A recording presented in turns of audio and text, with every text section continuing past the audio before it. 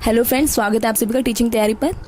आज मैं आपके साथ कुछ शेयर करना चाहती हूँ क्योंकि हम सब एक फैमिली हैं और मैं अपनी फैमिली के साथ शेयर कर सकती हूँ सब। तो देखिए, कुछ दिन पहले मैं बहुत सैड थी फ्रेंड्स, क्योंकि किसी ने मेरा पूरा कंटेंट कॉपी कर लिया था और अपने यूट्यूब चैनल बनाकर उस पर अपलोड कर दिया था। देखिए, अगर हम इतनी मेहनत करें और कोई बस कॉपी पेस्ट कर दे तो काफ़ी दुख होता है। तो उन लोगों से गुजारिश है जो ऐसा करते हैं, प्लीज़ प्लीज़ प्लीज़ ऐसा ना करें, as is not legal also. अगर आप ऐसा करते हैं तो जिसका आपने कॉपी किया है उसको पूरा राइट से कि वो भी कुछ स्टेप्स ले, ठीक है। तो प्लीज़ ऐसा ना करें। और देखिए, एक बात मैं शेयर करना चाहती हूँ कि जब आप खुद डेडिकेशन से कुछ करते हैं, आपकी खुद की मेहनत जब आप किसी काम में लगाते हैं तो आपको सेटिस्फेक्शन और सक्सेस दोनों ही मिलती है, और मोस्ट इम्पोर्टेंट आपको सेटिस्फेक्शन मिलती है, ठीक है। तो please please please I request कि आप ऐसा ना करें। बिल्कुल भी कोई भी काम करें तो अपनी मेहनत से करें, क्योंकि सेटिस्फेक्शन बहुत इंपॉर्टेंट होता है। जो आपको खुद जब आप किसी चीज़ में मेहनत डालते हैं उसके बाद जो सेटिस्फेक्शन आपको मिलता है, ठीक है, वो बहुत इंपॉर्टेंट होता है। खैर, हम चलिए आगे बढ़ते हैं। तो देखिए, ये कुछ अचीवमेंट्स के बारे में मेरे। तो चलिए बिल्कुल सेशन स्टार्ट करेंगे। हम यूजीसी नेट जेआरएफ का प्रीवियस ईयर क्वेश्चन करेंगे आज। So let's start. तो देखिए, फर्स्ट क्वेश्चन आपके सामने। The cost incurred by the firm in hiring labour is called as explicit, implicit, marginal या फिर टोटल कॉस्ट। बताएं एक बार। देखिए, जो एक्सप्लिसिट कॉस्ट होते हैं वो क्या होता है? आउट ऑफ पॉकेट कॉस्ट, ठीक है, फर्म के लिए। For example payment for wages and salaries, rent और मटेरियल्स। और ये जो इम्प्लिसिट कॉस्ट है, ये क्या है? ऑपर्चुनिटी कॉस्ट है रिसोर्सेज के, जो एक फर्म के पास ऑलरेडी रहते हैं और उन्हें बिजनेस में यूज करती है। यानी कि फॉर एग्जांपल कह सकते हैं कि एक लैंड जो है, जो फर्म के पास पहले से ऑलरेडी है, अब उसे एक्सपांड कर दिया, ठीक है, फैक्ट्री में। तो ये मतलब ये इम्प्लिसिट कॉस्ट है। और मार्जिनल कॉस्ट का मतलब होता है कि the price of producing one additional unit of a good. देखिए, economic terms and their meanings पर वीडियो मैंने बनाया है, उसमें से आप देख सकते हैं, तो आपका कॉन्सेप्ट जो है काफी क्लियर हो जाएगा। तो देखिए, जैसे कि ये क्वेश्चन है, क्वेश्चन क्या पूछा है आपको? The cost incurred by the firm in hiring labour is called as, यानी कि आप देखिए पेमेंट फॉर वेजेस, जो लेबर होता है उसे वेजेस देते हैं ना, तो यहाँ पर क्या करेक्ट आंसर क्या होगा? Explicit. So the correct answer is option number A, explicit. तो चलिए मैं आपको टोटल कॉस्ट के बारे में बता देती हूँ। टोटल कॉस्ट क्या है? अमाउंट ऑफ मनी जो फर्म स्पेंड करती है गिवन लेवल ऑफ आउटपुट को प्रोड्यूस करने में। टोटल कॉस्ट कैसे बनता है? फिक्स्ड कॉस्ट और वेरिएबल कॉस्ट को मिलाकर बनता है, ठीक है। और इस क्वेश्चन का आंसर मैंने आपको बताया, इसका करेक्ट आंसर क्या है? Explicit cost.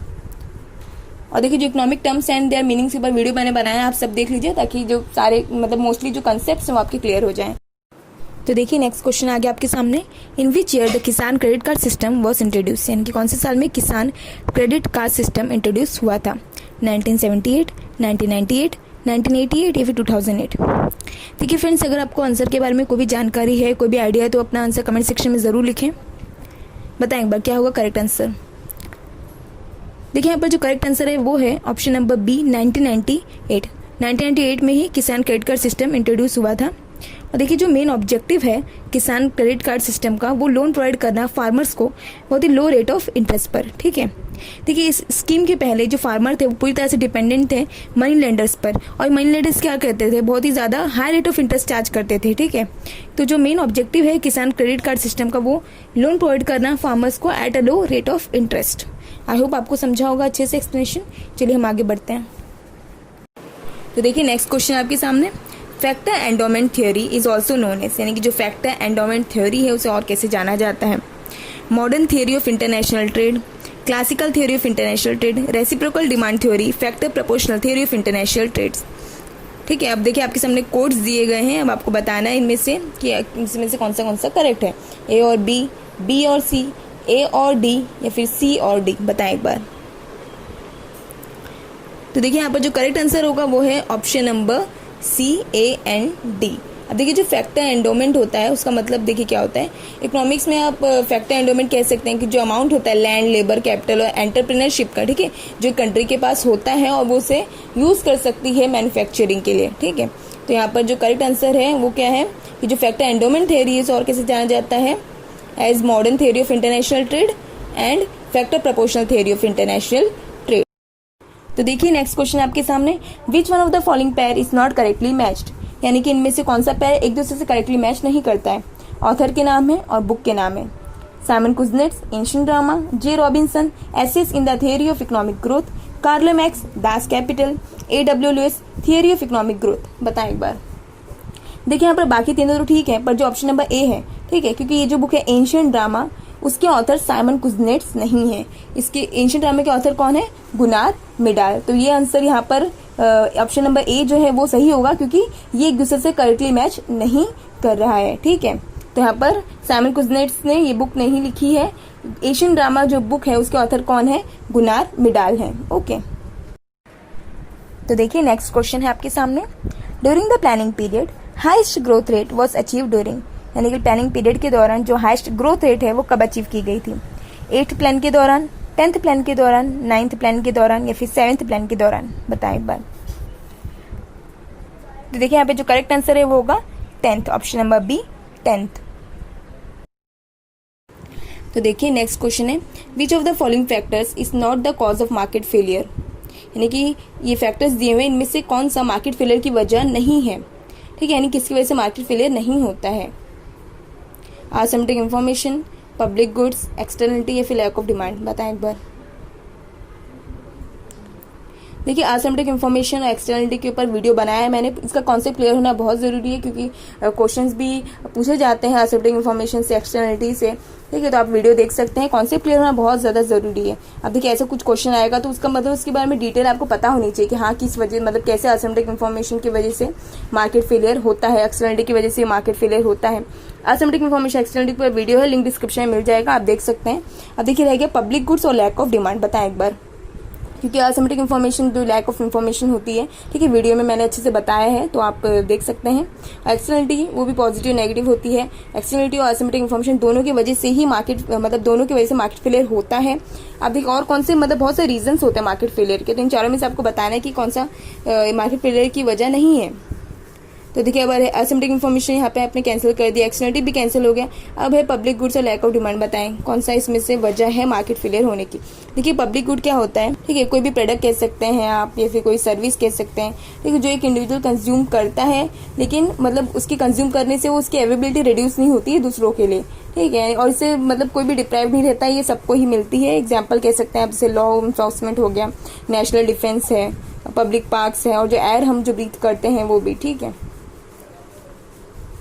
अब देखिए जो पब्लिक गुड्स है उसकी वजह से मार्केट फेलियर होता है, क्योंकि देखिए अगर कुछ कंज्यूमर डिसाइड कर लिया कि हाँ वो गुड्स के लिए पे नहीं करेंगे लेकिन गुड्स को यूज़ करेंगे, तो ऐसे में तो मार्केट फेलियर होगा। जैसे नेशनल डिफेंस इसका एक अच्छा एग्जांपल है पब्लिक गुड का, क्योंकि जो सिटीजन्स हैं मतलब सबको बेनिफिट मिलता ही है, ठीक है, और मतलब हाउ मच दे पे, यानी कि कोई कितना भी पे करे बेनिफिट, यानी कि कोई ज़्यादा पे कर रहा है फिर कोई कम पे कर रहा है, बेनिफिट तो है मतलब सबको मिलना है। ठीक है, मतलब कि national defence is one such public good because citizen receive similar benefit regardless of how much they पे।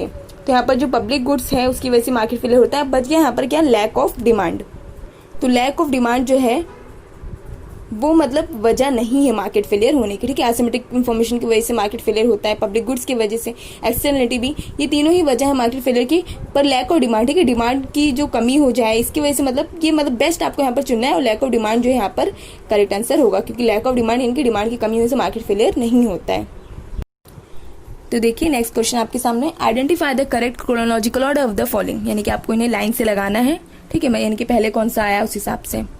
तो A Keynes consumption function, B life cycle hypothesis, C relative income hypothesis, D Friedman's permanent income hypothesis. अब आपको बताना है कि मतलब line से लगाना है। यहाँ पे कोड्स दिए गए हैं, A D B A C, B B A C D, C A C D B या फिर D C D B A. बताएं एक बार।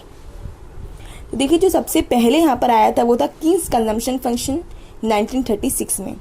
उसके बाद रिलेटिव इनकम हाइपोथेसिस जो आया था 1949 में। उसके बाद फ्रीडमैन्स परमानेंट इनकम हाइपोथेसिस जो आया था 1957 में, और जो लाइफ साइकिल हाइपोथेसिस है वो भी आया था 1957 में, यानी कि जो ये दोनों ही 1957 में आए थे। अब आपको बताइए, देखिए यहाँ पर कौन सा आपको मतलब ये सारा जो है लाइन से आपको दिख रहा है, यानी कि पहले कीन्स है, उसके बाद कीन्स कंजम्पशन फंक्शन है, उसके बाद रिलेटिव इनकम हाइपोथेसिस है, उसके बाद फ्रीडमैन्स